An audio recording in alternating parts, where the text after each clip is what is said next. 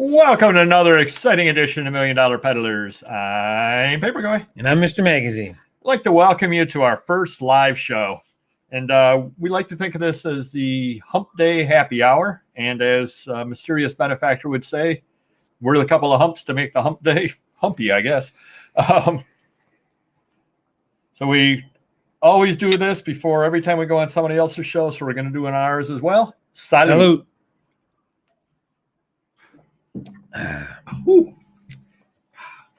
In case anybody was wondering what it was, Sagamore Spirit Rye. I thought it was moonshine.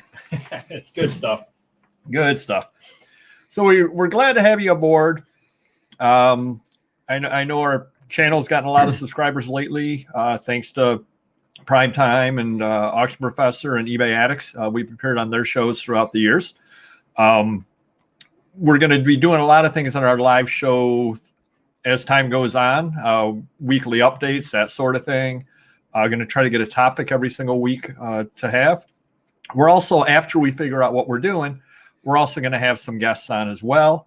Of course, the door is always open to Primetime, to Auction Professor. If they ever want to come on, they're more than welcome. Same thing with eBay Addicts. So that's one of the things. But the other thing we want to do is we want to get guests on that nobody else has ever had on. So we've got some ideas. We've been talking to some people. So once we get going into this a little bit, we're going to have other guests on as well. People that you've just never seen, people with different perspectives, not necessarily always in the collectible thing as well. Businessmen, people like that can kind of give you some ideas as to how to run a business. So that's kind of what we're going to do. So as always, we appreciate any comments, any help that you got. You've all been with us since the start, and you've helped us out tremendously, and we definitely do appreciate that. What he said? You're doing your shout-outs, aren't you? Oh, yes. So far, Thomas is in the house. Thomas, how's it going today? So a couple of different things over here. We're going to do a weekly update. So I'm going to ask you how sales, anything you're noticing out there, anything at all like that? A little up and down lately. Weekend was a little down. It's picking up again, though. So I don't know if it was nice weather outside, at least in Rochester, but snow's coming again. So who knows? Sales might drop again. Who knows? And actually, my sales, what is today, Wednesday? My sales on Monday, I had the worst day that I've had in 1 year. Oh, wow. So things were definitely slow on Monday. The last 2 days have picked up. A couple of other people have reached out to me, more or less asking me if eBay was down, because they literally, one gentleman had one sale. Wow. And he's got, I don't know what he's got, 8,500 items up, something like that. He's had one sale. So things are kind of slow for him as well. I think a lot of it might be Easter week. Yeah, I agree, especially over the weekend. Like generally, sometimes you get Amazon, it's a little better than eBay, but lately they've been kind of in sync where they're either both really good, high sales, or they're both pretty, average or less. So I wanted to get into another thing that's going to be happening next week. Let me ask you this. Do you shop, generally speaking, eBay or Amazon for items? I'm an eBay guy. I think basically I have money in my PayPal account, and it's just easier to use money that I have than to charge it with Amazon. And I'm the same way, and I shop on eBay for a couple of different reasons. Number one, I'm more familiar with eBay. And I do like using the PayPal as opposed to putting it on a credit card and having to pay it off. Yeah. And another reason that I do it is because of eBay Bucks. Sure. And I don't know if you're aware of this or not, but they're not doing away with eBay Bucks, but they're changing eBay Bucks as of tomorrow. Yeah, you told me something about that. I don't read that stuff. I just let Paperboy take care of it. He tells me what to do. But well, good, bad, really bad. Is it bad? Really bad. Yeah. I used to build up a lot of money every quarter. Well, they're now allowing you to keep your money for 1 year in there, so you don't have to spend it every quarter. However, now you're getting 1% as of, up to until today, you're getting 1% back regularly, and then you're getting sometimes they have 5% bonus offers, et cetera, et cetera. Right. They're doing away with the daily 1%. And I think that's a tremendous mistake on their part. What they're going to do is from time to time, they're going to roll out a 5% or a 3% or something other like that. But I think that's a big mistake on their part, because I know that when about 2 years ago, sales were kind of slower and they were rolling out higher percentages regularly. Right. I would hold off on buying things because I'd say, hey, it's been about 2 weeks since we've had a higher percentage. I sort of need more K-cups. I sort of need this. I sort of need that. Yeah. If I really run low, I'll buy them, but otherwise I'll just hold off. And people were holding off, waiting for the 5%. Right. Well, now that you're not getting the 1% every day, how many people are going to be holding off just regularly? Well, even from a credit card standpoint, you can get bigger bonuses off my Amex card. I can get 2-3% in rewards. So you're better off using that than using eBay bucks, really. Yeah, they're not very competitive from that point of view. Anybody show up? Yeah, we got a couple here. Mike's in the house. Radio Parts. How's it going, buddy? And we got Milk Cap. How you doing today? Very good. Good to see some people are showing up over here. And like I said, thank you for being patient with us. Hold on. I have to say the over-under was 1. I lost the bet. We got 3 right now. So we're doing pretty good. Keep it going, boys. And I know I was watching Don and Dom. They had a show together yesterday, as a matter of fact.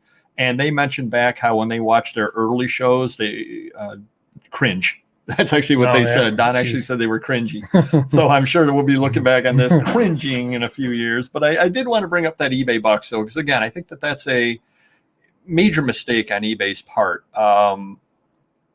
Again, one of the reasons why I shop there regularly was that 1%, because, it's not a lot of money. But if you're going to buy something anyway, and you're picking up $1.20, or you're picking up 63 cents, or you're picking up, even 7 cents starts adding up. And at the end of the quarter, you've got, I know you have a lot more than I have regularly because you buy your packing supplies and all that, but $50-$60 free that you've earned throughout the entire period. And then I would go and I'd buy a couple of sports cards that I needed or something other like that. It was like mad money. It was like $60 mad money. Yeah. I used to buy like a vintage Star Wars figure, like unopened, $300-$500. It was like free. And now what am I going to get? 100? Might be. Yeah. I might get a new Star Wars figure instead of a vintage one. So hopefully eBay changes what they're doing on that at some point. That would be nice. Looks like more people. Oh yeah. JJ, how's it going, buddy? He's in his car. I wish I was in my car driving away from Papergoy right now. But anyways, let's see. He's got a question here. Did you hear about the crypto marketplace app called Curate? 4% fees. You might follow that a little more than I would. Yeah. Well, I'll tell a quick story here. I was actually taking a look at Bitcoin back in the day when it was $30. It's a bit higher than $30 right now. Yeah, I would say so. I looked into buying it. Was not easy to buy whatsoever. Now you can buy it on Robinhood. Some people can buy it on PayPal. I cannot buy it on PayPal, but you can buy it on PayPal, which is funny because your sister is allowed to buy it on there, and she's oddly enough, and I can't, even though I've been with them forever. Any idea what the reason is? They are rolling it out in. Oh, okay. If it's alphabetically, you'll be the last one on that list. Yeah. I'm going to be AAA Papergoy. Exactly. But I'm not kicking myself though over having missed the boat, because I know myself well enough to know that I would have bought it at 30 and it went up about 2 weeks later up to 50 and I would have sold it. And you want to talk about if I would kick myself for not having bought it at 30, I certainly would have kicked myself even more for having bought it and then sold it at 50. Yeah, but weren't you mining it at my shop there for like a year and you had like a penny after that? I think. I think you had a penny or a hay penny, one or the other. Well, yeah, hay penny, exactly. So that was kind of interesting.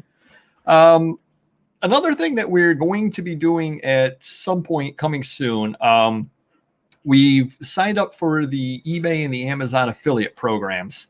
But what we're going to do, we're basically only going to present good items to you. For example, the Caesar scanner. We did a video a long time ago about it and about how good it is. And we're going to be doing another video about it, talking about how good it is. It's just a wonderful product, and we're going to provide a link to it and that sort of thing. You have mentioned before that you've got the same printer across multiple. Yeah, 7 of the same, but I'm starting to I sprung for an expensive one for myself to save me some time printing orders because it would take me hours every day. But it hasn't come in yet. But when it does, I'll test it out and see what we can do. Right, and that's what I was going to say. How many pages do you print in a given day? Would you guess? Oh, it's got to be a ream full easily. So, yeah, I was doing the numbers myself the other day. I think you print 500 pages a day. Yeah, I think so. Between eBay, because Amazon's got the 2 pages you have to print out. Right. So say you get 150 orders there. That's 300 pages, and then eBay, say you get 125 orders. That's about you're about 425, and then you print out other various things problems throughout the day. and so forth. Yeah, definitely. So you're printing 500 items a day, 500 pieces of paper a day, every single day, 365 days a year. Yeah. So what we're going to do is I did some research online and found a good printer. It was supposed to be one of the best printers. It's a little bit of money, but we're going to have him test it out for a while. And if after 3, 4, 5 months, it's going well, hasn't had any problems, then we'll do a video about that as well for the higher volume sellers, the kind of thing that they would want. A lot of other things we're going to be bringing would be, we use the cardboard, and we were asked to do a video. I know we've done a couple of videos in the past about it, but to do another video about packing and the entire, how you pack an item from start to finish, or maybe even cradle to grave of an entire item, from listing it to storing it, to printing the order out, to packing it, to sending it out. Maybe do a whole cradle to grave on that. Well, we use certain bags, we use certain envelopes, et cetera, and I know you've yelled at me a couple of times. Well, you haven't, but the packing people have yelled at me with some many times. Yeah. With some of the supplies we get when they turned out to be, I'm going to call them single ply, for lack of a better way to put it. Best, yeah. It's really a crapshoot. Honestly, you don't know what you're going to get with these guys nowadays. So you got to be very, very careful in the supplies that you're buying. Well, we've done the work. We've bought the bad ones, and we now avoid the bad ones. So we're going to, at some point, provide links to all of those things as well. Looks like you got a number of comments. Are there anything exciting going on? Paul's here. Paul, we're doing pretty good. How about yourself, buddy? All right, hang in there. We're going to see what you got going. Love to see you doing cards. I've been doing cards 29 years. I own a shop in Indiana. Well, if you're like me, you're booming right now because there's nothing hotter than sports cards, and Pokemon. Any type of cards, they're hot as a pistol.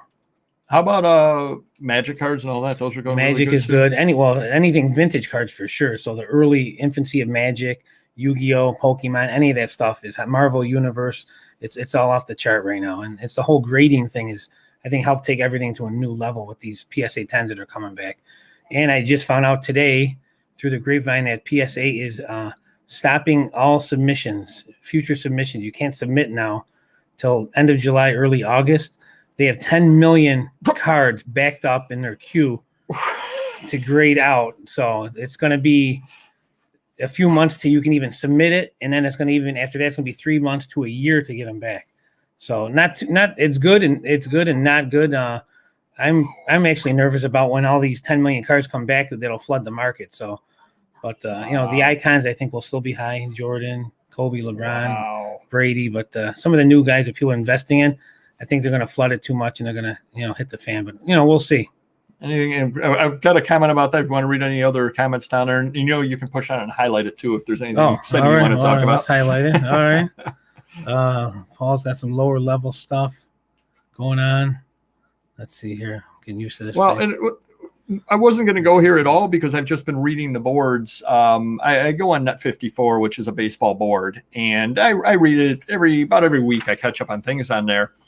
And there have been the issues with PSA and the other grading services where people were trimming cards, and they were buying cards, trimming them, and resubmitting them.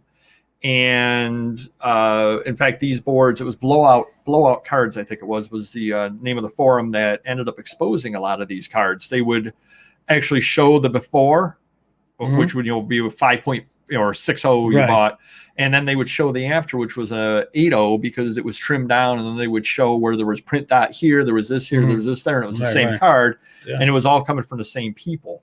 So what they were talking about on there is that at sometime soon there's going to be AI grading. Oh, really? Artificial intelligence grading, which I don't know if anybody's really figured out exactly how that's going to work, but that'll take the human element out of it. Yeah. So that I guess the question I would have, if you've got, it's not a robot, but we'll just call it a robot. If you've got a robot grading the cards, what does that do with cards that were previously graded by humans? You know what I'm saying? Yeah. In other words, Yeah. you know how the various grading services have changed their labels throughout the years, and certain labels are better than other labels, and Sure. you think you could buy this label and break it out and send it back in and get a higher grade, et cetera, et cetera. Makes you just kind of wonder what's going to happen with the human graded cards once the robots are running everything. Say you got a Jordan from an original graded 10 from 10 years ago, and now you got an AI one. I mean, it's the same value. You know, there's the computer generated grade.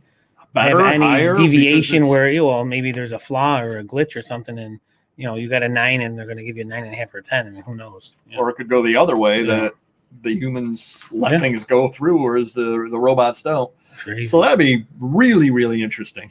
Paul chimed in here. He said HGA does AI grading already. Oh, they do already? Yeah. So I never heard of HGA, but I'm definitely going to look into it for sure. Hopefully they got a quicker turnaround time than PSA. But Karen's in. Hey, Karen, how's it going? You have a great question, and I hope you can help me out. Here it goes. I hope you use a thermal printer, Rollo, or Dynamo. Can you do thousands of labels per day? Well, my web girl turned me on to Rollo, which I bought, and it drives me insane. I don't have a solution. I think my system is a little more complicated, but maybe if you can help me out, reach out to me afterwards. So we do eBay and Amazon, and I have the Rollo. The problem is I got to go back and forth between my regular printer and the thermal printer, because for Amazon, you have to have that order sheet come out first. And so that can't be on the thermal printer. That would be a waste. But, also my employees, my shipping manager, we try to crunch the numbers, because if we're doing, what do you say, almost 500 sheets of paper a day, if we're going to need, say, 400 labels a day, the cost per the tape and time compared to the... I think the thermal printer is a lot cheaper, as opposed to, because the other thing that we were talking about doing that I bought that I've never done anything with yet is actual labels. And I know they will save me some time because I don't have to tape it down. Yeah. But those are more expensive. But I think the thermal printer would save you money. But again, the problem is... You're still talking, say, 5,000 labels a week compared to half a case of paper. I don't know, plus some tape involved. So we definitely got to, dig into that and crunch the numbers. Yeah, a lot of people do swear by the Rollo, and I think I'll probably do.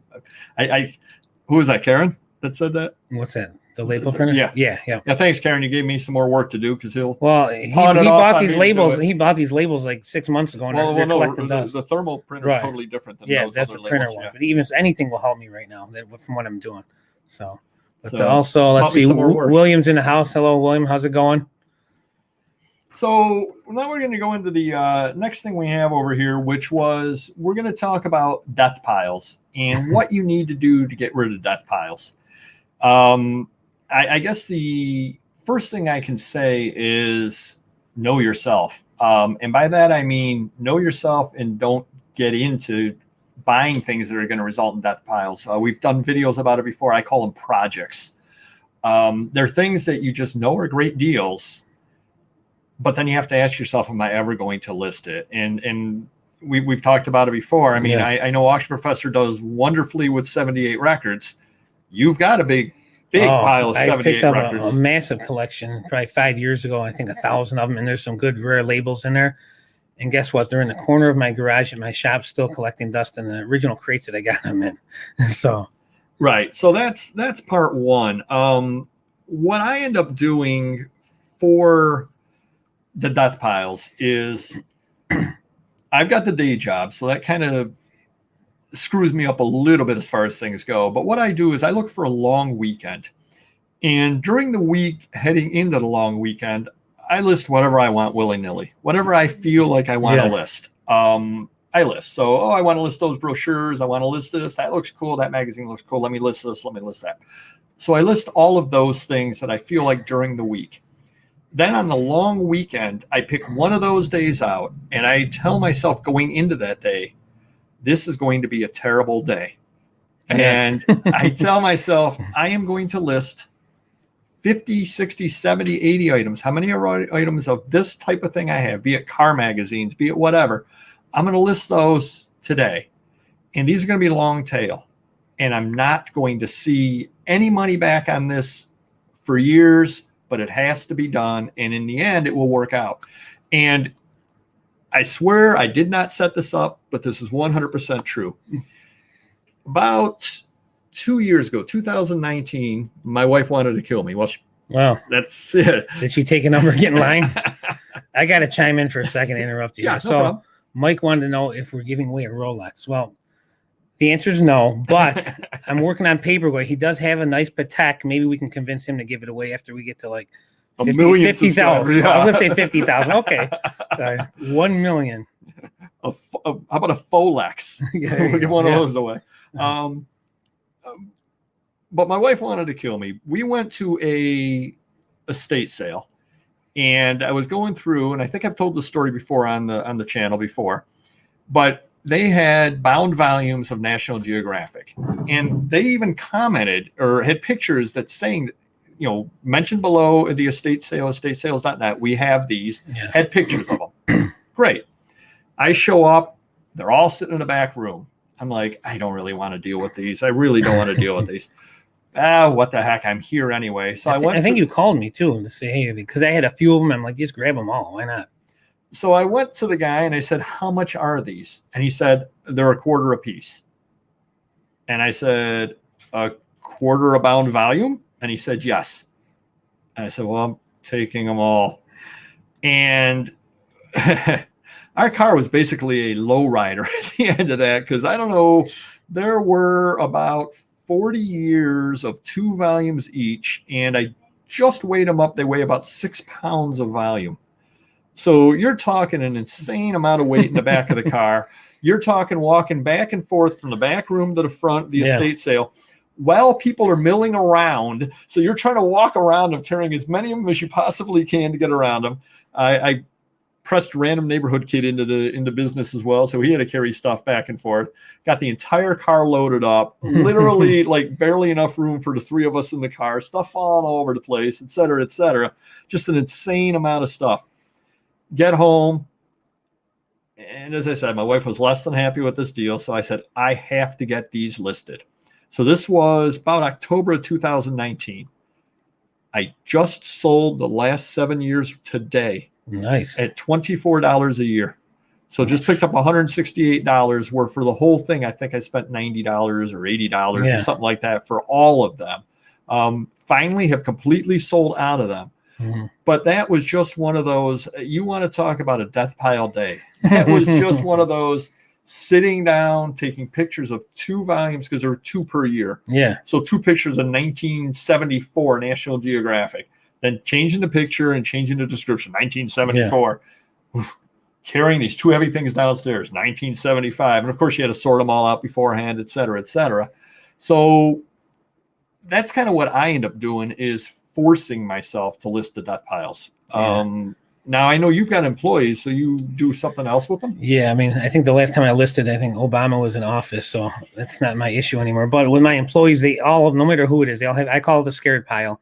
And it builds up in a corner behind their desk. And what I try to do is give them stuff for 4 days a week that's easy, that they enjoy doing. And then maybe by Friday or Thursday, I'll say, hey, let's get rid of this stuff that's been piling out. Unless we have, like we were talking about, those cells and posters, they really pile up over the course of years. And then all it takes is one big collection of the similar stuff that just light a fire under me and say, hey, let's get this on now. And then we make a poster day, or we make a cell day, or whatever it is. And then we knock them out, and that's really the only way to do it. Throw them a little incentive. If they, do a good job, we'll buy lunch one day and sheet pizza, or, throw a little party, but got to give them some incentive, Well, it's funny. I'm thinking about a deal that you did. I'm trying to read the comments down. Thinking about a deal that you did that hasn't been listed yet. Didn't you get how many things haven't been listed? Didn't you get a large bound volume deal?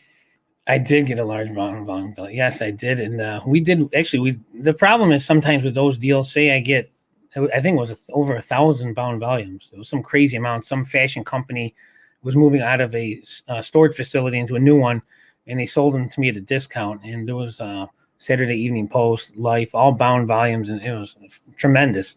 The problem is we saw some of the good stuff, the Forbes, and I get my money back.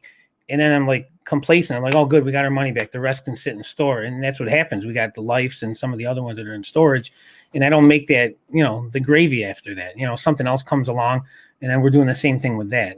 So, you do the best you can with this. That's it. Well, I just thought it was funny that my death pile, it was National Geographic bound volumes, and your death pile is bound volumes as well. Exactly. Yeah.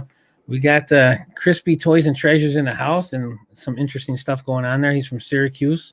Oh, wow. Cool. Very cool. Syracuse. Very Shout cool. out to you. Yeah. So he's been buying some big collections as well, and his pile's way too high. Well, the obsession I have that if your piles are way too high and you need to move them, let me know. We're always interested, no matter how big or small it is. So it's funny though. Crispies is over from Syracuse, and actually I did want to give a shout out over to Primetime. When we get done, head on over to his channel. I told him we're the unofficial lead into him, and he's got the Cha-Chingathon tonight, which sounds like a lot of fun. I may actually stay up a little later than usual and check it on out. Sounds like fun. Not as much fun as we're having, of course. Hell no. Where's that rye at?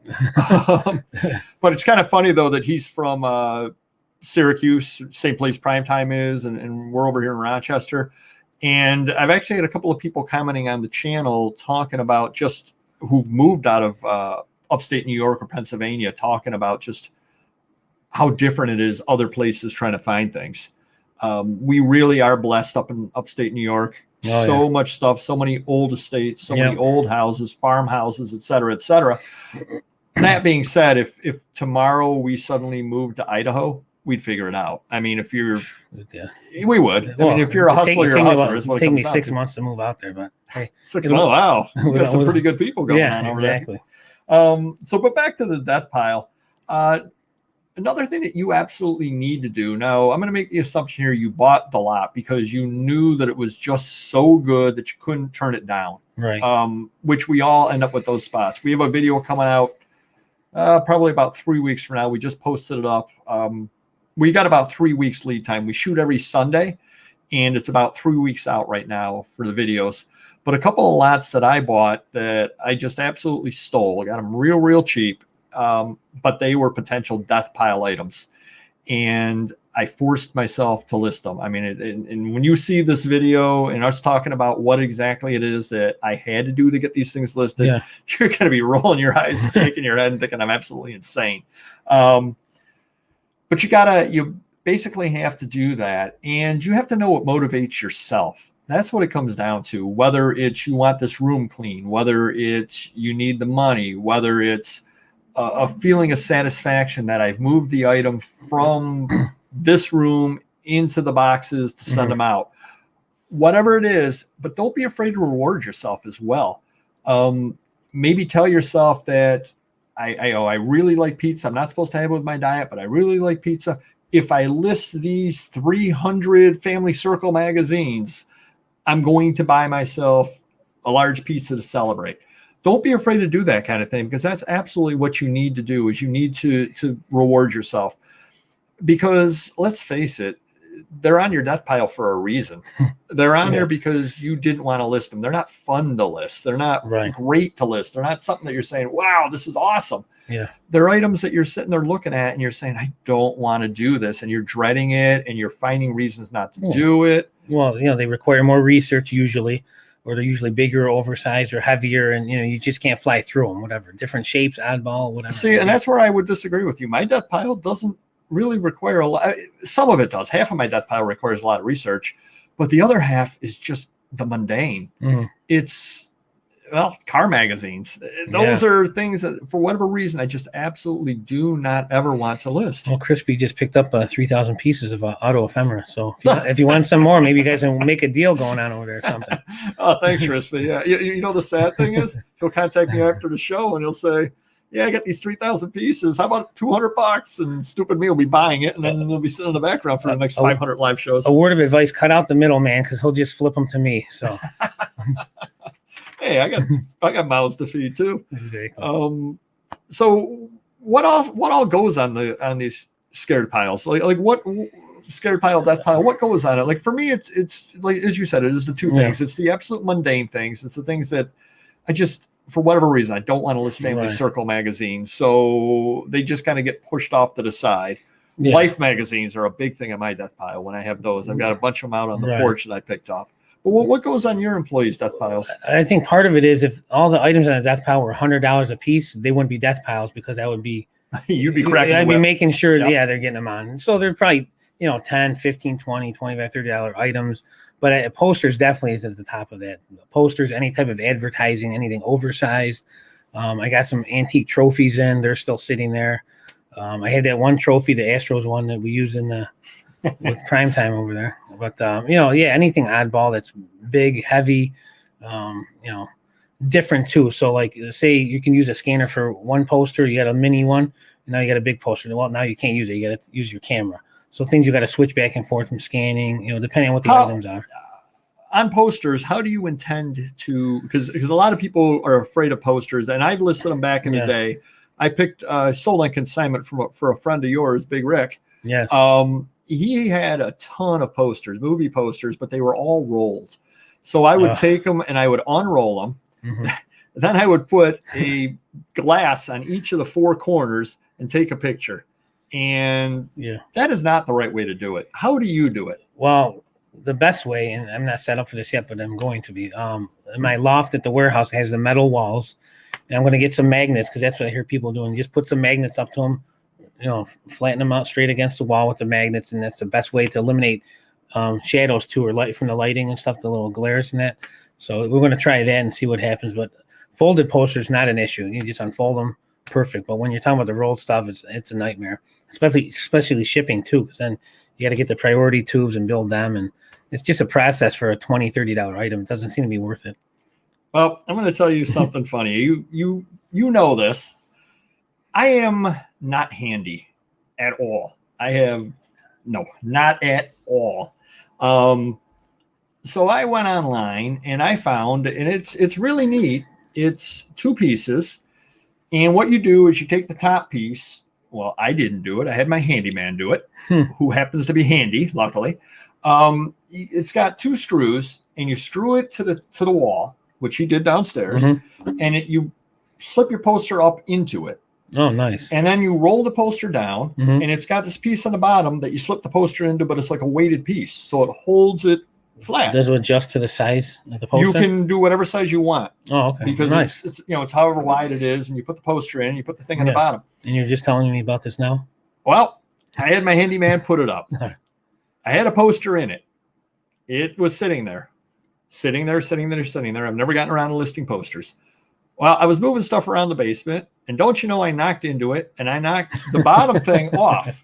So then here I am trying to put the bottom thing back on. Meanwhile, the poster is rolling up. Yeah, so then I'm trying to, you talk about good video for the channel. So I'm trying to unroll it and stick the thing on. I can't get it on. So finally I took a poster and ripped it up from the top and threw it off to the side. Did this happen right after he left? Because I would have been calling him saying, can you turn around and help me out here? No, it happened about 6 months after he put it up. So it's been up for about 6 months, and I've never used it. And it's still sitting up on the wall. And I feel kind of silly calling my handyman and saying, hey, I got something, you got to come by. And he comes by and I said, can you show me how to put a poster up on the wall again? Did you leave it half torn? You can see the damage you did. Anyway, is there anybody else here in the house? Lewis joined us. How's it going, buddy? He has 25 pounds of 80s patches. That's pretty cool. Ooh. Any rock ones in there? Those have to be really good. Actually, one thing that I've been noticing, patches and pins, especially pins, they go very, very well. Yeah. Now, I'm not looking on eBay. I've gone to a few different auctions online, and they'll have this box. Essentially, it's a size of, you do a lot more shipping than I do, but the priority size like this, would that be the small flat rate? Yeah, yes. Filled with things, and it has about 70 to 80 pins, and they just look like nothing to me because I'm not a pin person. But we're talking 80s and 90s pins, and they're going for $1.50 a pin in lots. Nice. In lots. But I'm sure there's a lot of money to be made. I'm sure it's like anything else. Yeah, if there's any rock ones, you definitely got to separate those and sell them by the band or whatever together in lots. Yeah, a lot of the stuff is like Ziggy and just oddball things like that. Cool. Just kind of interesting just to see the things that sell on that. But back to the death piles. Anything else you can think of that just sits on there? Let me think. Like loose action figures. Lots of loose action. Any type of lots really, because they're a pain in the what. But we try to build up the lots so it's worth doing it. So I'm not going to give you 2 figures for $20. You're going to have 20 figures for 100 or so. We just had a vintage Star Wars collection. We broke them down into it was 40 different ones. Then we did a smaller lot of like 12 different ones, and then all the better ones we did them individually. So there's some strategy in trying to maximize your profits there as well. Well, I think, and I don't remember if we talked about this in the video that's going to be posting or not, but one of the biggest problems you always have, and this is kind of another thing that ends up leading to death piles, is we're always dealing, we're always buying, and you pick up a collection, and when you pick up collections or I pick up collections, they don't tend to be 20 magazines. I mean, 20 magazines we can handle. We can take care of it. There isn't a problem whatsoever with it. It's when you're there and you pick up box after box after box, and as you're putting the things away, they're in all kinds of different order. Right. And now you get home and you've got 20 banker boxes worth of stuff. You can't exactly lot them out right away because you're not exactly sure all what's there. It's not like when you were buying them, you're taking a look at every single item. Yeah. You've got the items there, and you make the offer based on them, and you pack them up or they're already packed up. Right. And you're going through and you're like, oh, this would go good with that in a lot, but what might be in other boxes? So you've basically got to sort everything out in order to set the lots up. But the problem is that takes time. Oh, yeah. And before you're done sorting all of that, because you go through the box and, we'll just use the Ohio deal as an example. You'd say you did a mini Ohio deal. Yeah. Oh, there's a Vampirilla #1. That I know I can list. Right. So you list the Vampirilla #1. You list the Eerie #1, the Creepy #1. You list those to get your money back out of the deal. And the other stuff kind of gets pushed aside because the next deal has come in. Well, yeah. And you never have gone through that entire thing far enough to say, hey, there are 6 VHS in this box and 4 in this box and 2 in this box. Whereas if you sorted everything all out, you would have 48 VHS to put into one lot. Right. But we never end up doing that. And I think that kind of adds to death piles, definitely. Well, here's a perfect example why we'll never, ever sell everything we have. So we had the scared piles. My niece has been listing foreign Vogue magazines, and they're $50 a pop. I bought probably 1,000 of them over 2 lots over the last couple of years, and they sell all the time. Well, the problem is you have these other ones that are in there that are foreign fashion, but not Vogue. She sets them aside. Or if they're not in great condition, she sets them aside. So, to every 20 she lists, there's 1 or 2 that she sets aside. And now we call that the better scared pile. So when we do scared piles, we want to start with the better scared, which are $50 magazines, and not the scared, which are $10 magazines. So, which makes me think that we'll never get to the scared $10 magazines. Well, William Curtin was asking how about social worker magazines? I've never had. I think you stumped Mr. Magazine on that one. So I would think if I've never seen or heard of it, it's got to be decent. And you could probably name your price to a certain extent. Wow. All right, who do we got in here? We got Jiminy Flip It. How's it going, Jiminy? Oh, I've heard that name. Love before. The name Twiggy's Kids. Nice. She's liking the magnets. Lewis Riley's agriculture. I do well with those as well. Agriculture, actually, and that's something or other. I'm going to give away a little secret over here. You probably don't remember this because you don't listen to me. Well, where do I begin? There's so much to listen to. I had said that I was thinking of owning a category at some point, that I would like to own a category, or if not necessarily own it, at least hone in on it and have a lot of items in it. Right. And obviously upstate New York, I can find upstate New York stuff all the time up here, being in upstate New York. So upstate New York was one of the items. Another area that I can't necessarily own, but I think I can do fairly well with, is Canada. We are so close to Canada that you definitely can get a lot of Canadian stuff, especially Toronto, et cetera, et cetera. Yeah. Now, obviously, I can't own it as compared to somebody in Canada, but what advantage do I have over somebody in Canada? The shipping. If you're a United States collector of Canada, you're going to be better off buying from me than from somebody in Canada. Now, if it's something very, very rare, it'll still go back home to Canada. Right. But I've got the advantage of being able to list a lot of Toronto and Montreal stuff. You find a lot of that stuff around here. New York City stuff, New York City World's Fair, that kind of stuff you find all the time around here also. So I kind of was looking at those areas. And then the other area that I said, I can't own it, but I can do very, very well in it is agriculture. A lot of farm country up here, a lot of old farmhouses, a lot of that kind of stuff is here. And I've done very, very well with that stuff, only because there's so much of it out there. And that'll be another thing that we'll talk about in a future show, maybe live, maybe taped. We're not sure at this point. But categories. You want to talk about probably keywords are obviously the most important thing. Yeah. But I would say pretty close behind it, and a lot of people don't talk about it, are your store categories. They can't necessarily sell something, but very good store categories can lead people to buy things that they didn't makes necessarily. It easier, yeah. Makes it definitely easier for sure. Yeah. And I don't think a lot of people spend the time that they should on their store categories. And I think if you make that store, and sometimes I actually go and buy things, and obviously I'm not overpaying, I'm getting a good deal on it. Yeah. But I buy things because I say this will fit perfectly into that store category. And I'll give you a perfect example. I spent a lot of money on an item from Heritage.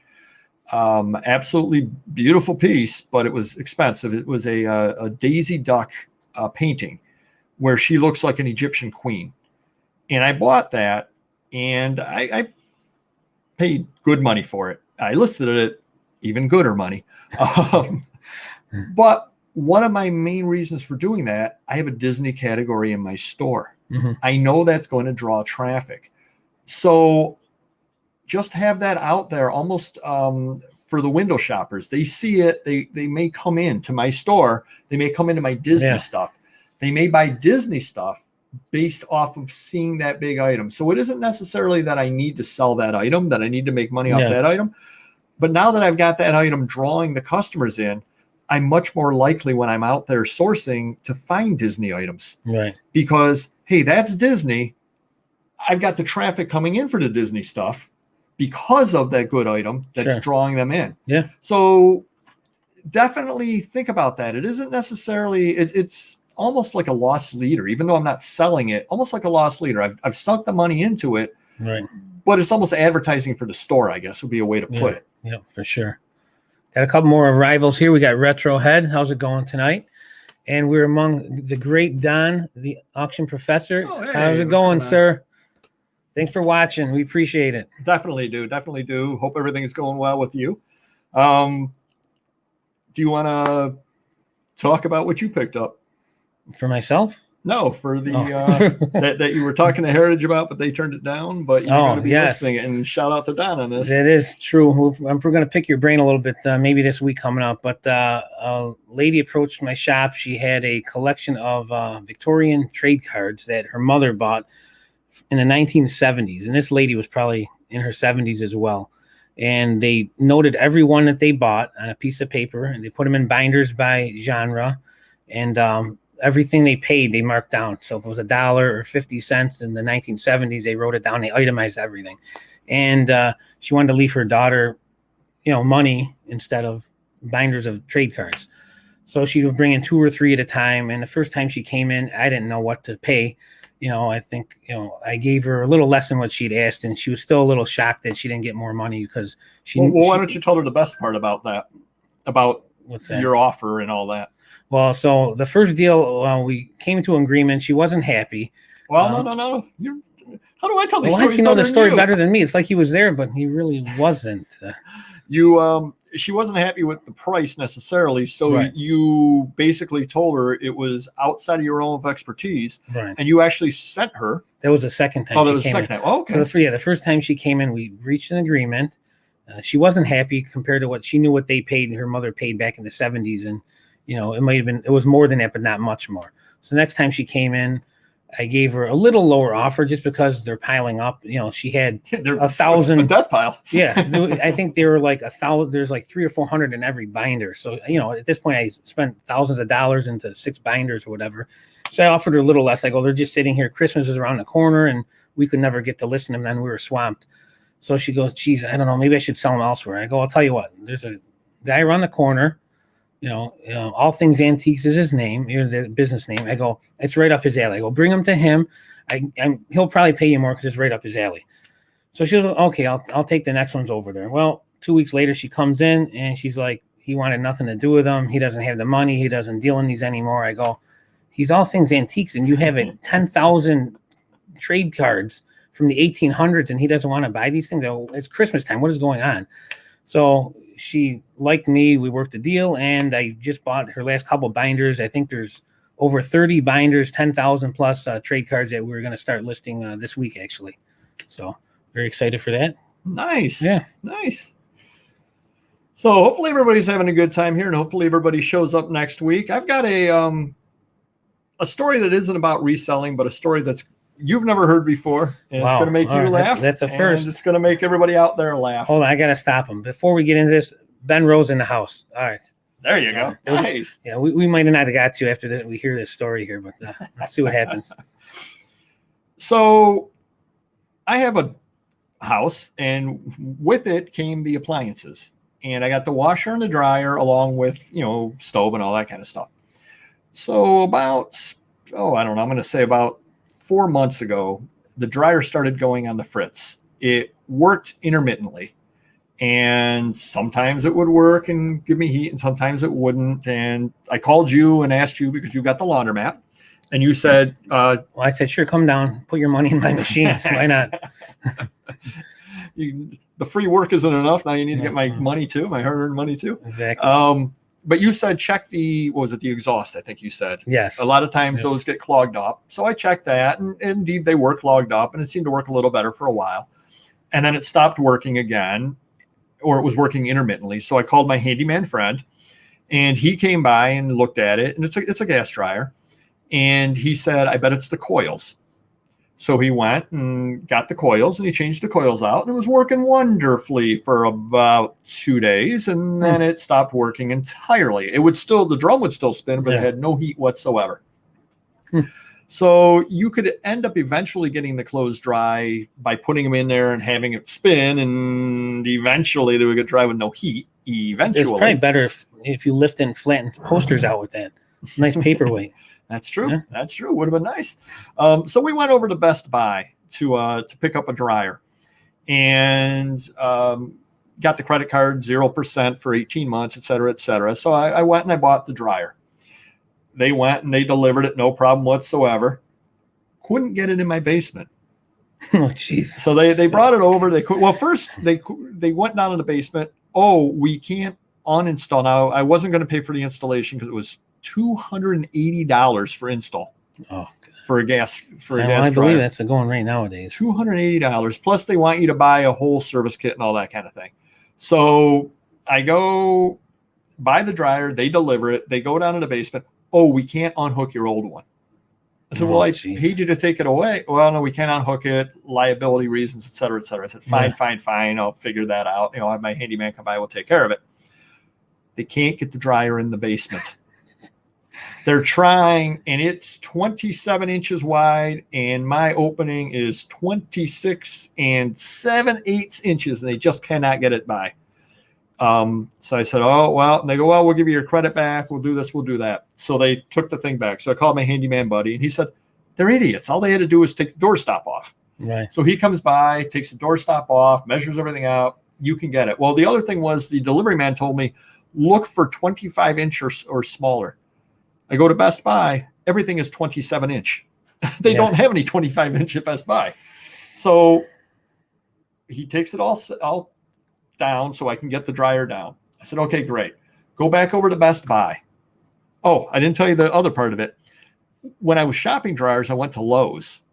6-month delivery. 6 months to be able to get a dryer. Nice. So I said, if I could figure out how to get my clothes dry in the 6 months in between, I don't need your dryer. Right. So I go back over to Best Buy, and I go up there and I tell the guy, hey, I put an order in, it got canceled. I'd like to put the exact same order in. And he says, well, we're looking at about May for that. I said, well, what are you going to do? He said, Are you willing to accept an open box? Yes. $100 less. Yes. What's the kicker? You got me. That open box was the one that they first Oh, delivered. it's perfect. So I saved $100. Good marketing strategy. Same dryer back. Jeez. So there's a little tip there to save $100. Send it back the first time and then run back to the store and tell them I took care of the problem. I'll take an open box and you'll save some money. Jeez. Crazy. Anything else going on down there in the chat? Let's see. Radio parts need some roller skates. You got any roller skates? Roller skates. You really want me to sing? I wish I could remember the song about it. You've got the roller skates. I got the brand new key. Moving on. That was a big hit back in the day. Auction Professor said he's down some employees. I don't know if that's good or bad for you. I've actually added 3 employees due to all the inventory that's sitting around. So I've been lucky so far. There's some good workers. I know it's a crapshoot, but if you need employees, you just got to keep trying it out. You know from experience. But yeah, we're up right now. So got all the inventory. You got to keep it going. Well, didn't you hire? And I know you would bounce it off me hiring specific listers.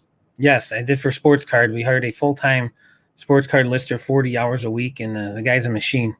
The only problem from my standpoint is I have to prep a dozen, things for 12 different people to list, or 10, whatever listers. We got at least 10 listers at this point, but I got to prep, magazines for this lister and posters for this lister and, trade cards for this lister. And now we got sports cards. So it eats up a lot of my time, but it's definitely worth it for, if I had them doing the researching and prepping, it wouldn't be worth it at that point. Well, let me ask you a quick question, because I know a lot of people have expressed concerns with the new eBay shipping, the envelope shipping. Have you had any problems? No, that's great. Yeah. I have no complaints, no damages. One card slipped through the cracks that we didn't tape the top. It was usually they're tight in there with a soft sleeve, with a penny sleeve, but this one must not have been, or the holder was too thick for the game jersey and it slid around. So now we tape them in, but that's really the only issue we've had. No complaints.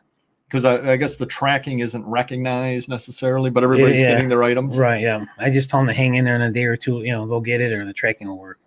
That's good. That's good. Yeah. And I know the rumor is that they're going to be opening it up to other things. Maybe they'll open up the trade card sometime soon. Oh, Mike's got a good question. Is this a dryer show or eBay? Well, if you tune in to every live show, the last 10 minutes, we're going to talk about appliances, because I had an issue with my refrigerator about a few months ago. So tune in. It's going to be a great story. Wow. Tough crowd. Tough crowd. No, I'm being honest. They really had an issue with my tough crowd there with mine. Jeez. There's an amusing story that I told her, I'd like to think. So anything else before we head on out the door? Oh, if you have no more stories, that's a plus. Well, we gotta save some for next week. Oh, try. I got stories. I can talk to the cows. They're gonna be in trouble next week. You're a one-man crew, right? No, not next week. 2 weeks. 2 weeks from now. Next week that's we're right. together. I keep messing that up. All right. That's right. 2 weeks from now, he'll be by himself. And that's we've actually plotted out ideas for the next few live shows as well. If you have any suggestions, topics that you'd like to see us cover, by all means, reach out to us. We still do answer every comment that comes in on our videos. I know the one video about the store and the Amazon problems and all that kind of thing that really did well, and big shout out to Primetime, because again he did have us on the show, I believe the day right before that happened. So I know a lot of the people came by because of that. Yeah. And I've looked at the metrics on that, and a lot of the people came by because of Auction Professor's videos as well. So that's good. Oop, you missed a whole. Oh, okay. I know. I'm gonna get back to. Okay, so Karen, if you're still there, if there's a book, Thermal Printers for Dummies, that will help speed up my business, please contact me. Anything else going on in there? No. Nope. My eyes cost me a ton of time. Yeah, I feel for you, Don. I know you and I have talked on Patreon a few times on the messaging about eye troubles, and you probably see me when I'm sitting there trying to read these here. I look like Gilbert Gottfried. Oh, Radio Parts has a good question. You want to answer them, and then I'll answer it. Let's do that. My apologies. You'll see a lot more of that next week, since I skipped it tonight. But there we go. Now he can actually see it and read it. Now I can actually see it without being Gilbert. Aflac. as more people sell on eBay, do you see a saturated market of sellers or think enough buyers for everyone? Oh, I think there's definitely enough buyers for everyone. No doubt at all about that. I'm not too concerned about extra people selling. I've been doing it 20 years. Mike, I know you've been doing it a long time as well. I know Don's been doing it a long time. I certainly know you've been doing it a long time. A lot of people come and a lot of people go. And I've always said there's nothing better than, for us, as far as buying inventory, than a failed eBayer. Because they understand exactly how difficult things are. And going to go into a little bit of story time again, but not about an appliance this time. My day job, I'm an auditor for the state, and I dealt with a gentleman who had an employee, and his employee left him because his employee saw the contracts. And, oh, you're getting $7,800 for this job, and I'm only making, $1,000 for doing the job. You're making all the money. Mm-hmm. So the employee went off and started his own business. And after about 6 months of having his own business and having to get the insurance and having to stay after to do all the estimating and having all the problems and having to deal with employees, et cetera, came back. And the big contractor said he was the absolute best employee now because he understands all the things, all the difficulty. Yeah. And when anybody else starts talking about how much money I'm making, he goes, oh, no. And that's kind of how I feel there about the eBay as well. Somebody who's tried eBay for themselves and understands exactly how difficult it is more than willing to wholesale the stuff out to you. And when you're getting $15 for something, they understand they can't charge you 10. Right. Because they understand all these expenses. Yeah. And a lot of times they'll even lowball themselves on what they want to sell you. So, I know how hard this is. I know how long it takes. Just 50 cents a piece because you got so much work ahead of you to make any money out of this. Yeah. So I'm not worried about competition on that there. As long as you know what you're doing, have good keywords, good product, I don't think you can have any problem at all. And the more the merrier as far as that goes. Yeah. And the other thing too is there's a lot of moving parts to listing on eBay, from listing it accurately, from shipping it out quickly, from dealing with problems and questions and all that kind of stuff. Even pricing it competitively so it does sell at some point, Well, that part, I think that a lot of people, they underprice things, I think. So they definitely do sell it quickly, right. But then at the end of the year, they take a look at it and they say, I didn't make any money, right? Which is a problem. Yeah. This indeed is a weekly live show, Mike. Thank you very much. 7:30 p.m. Eastern every Wednesday. As I said, the unofficial lead-in to prime time, whether he likes it or not. Oh, nice. Oh, I see a long one there from Karen. Yeah, she's helping me out here. So you do have to switch over printers. All right, that's good to know. So there's no easy way around that. But all right, I'm going to try it out again then. We got to order some labels. For the Rollo? Yeah. Nice. All right, we'll need about 10,000 to start it off. That's one of those things that a lot of people will talk about the Rollo. Another thing that I know sometime or other we have to look into for you is pirate ship. A lot of people swear by pirate ship. Okay. Box in a bag and all that kind of thing. And I know it saves people a lot of money. It's cubic shipping is what it is, which is available on Amazon. Yeah. But I've never looked into it too deeply because things I sell are either first class or books, which is it for like medium priority type boxed items? Priority boxed items, and it's supposed to be saving people a lot of money. So we'll have to look into it. It probably would save you some money. Nice overall. Well, I guess I owe you a finder's fee or a commission at that point. 3 trade cards, but not these. Yeah, the duplicate ones. Yeah, the ones in the scared pile. Oh, you got a shot for the thermal labels he was saying over there. So that's good to know as well. Yeah. Santiago's here. How's it going? All right. Look for half sheet labels locally. We can try that, certainly. Yeah, I ended up buying the half sheet labels on eBay. How's that going for you? They're on my scared piles. A lot of those going on. Do you have any unscared piles at your house? Scared to put them in my printer. Oh, I'll be the guinea pig like always. We'll try them out in mine. There you go. So I think we're about done talking over here, believe it or not, for once. Yeah. So like to thank everybody for showing up. It was a lot of fun over here. Again, we've got topics planned for the next 4 or 5 weeks, but after that, whatever you guys want us to talk about, we certainly are more than willing to do so. We kind of want to make this an interactive show as time goes on. So by all means, bring your questions and all that sort of thing. More than willing to help you out as best we can. And again, with the roller printers and all that, we definitely can learn things as well. Maybe what we'll do, well, there's an old saying out there, which maybe we'll do this for the pirate ship. All right. Do you know I may have mentioned this. I don't know what he's going to say. I may have mentioned this in the video as well, but do you know the best way to get the right information off the internet? You're going to tell me. I am. You put the wrong information up and you wait. Because then everybody will tell you how you did things wrong. Yeah, well, that's when we listers make mistakes. The emails come in, we fix it immediately. Oh, thank you, Mike. You definitely were, if not the first, one of the first subscribers we had. So we definitely do appreciate that. For sure. So that's what we'll do. We'll just do a live show and we'll give totally wrong information about Pirate Ship, and everybody will be yelling at us. That's not how it works. And we'll go, oh, okay. Now we learned a lot. There you go. plus the appliances. In 2 weeks from now, we're going to talk about his microwave. Wow. You mean the microwave I donated to your store? Actually, I need a new one. The warehouse one broke. Honestly, yeah. Well, I'll see if I can't buy another one over here. So I'll go to Best Buy. Cool. So do check us out if you could next week, 7:30. Again, it's a work in progress, but we're having a lot of fun, and that's the most important thing. And hopefully you all enjoyed yourself. We got 22 people here, which I think is phenomenal for the first show.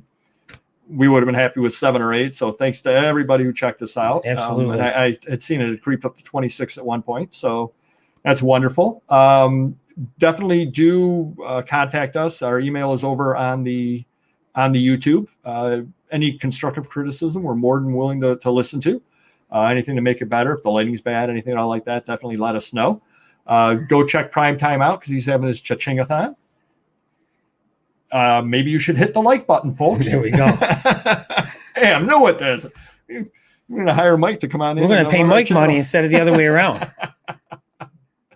If you don't subscribe, make sure you subscribe. And there's something about some bell notification or something. You'll be notified next time we're going live. Oh, great. I don't know, that's what all the other people say. Do I get that too? You remind me?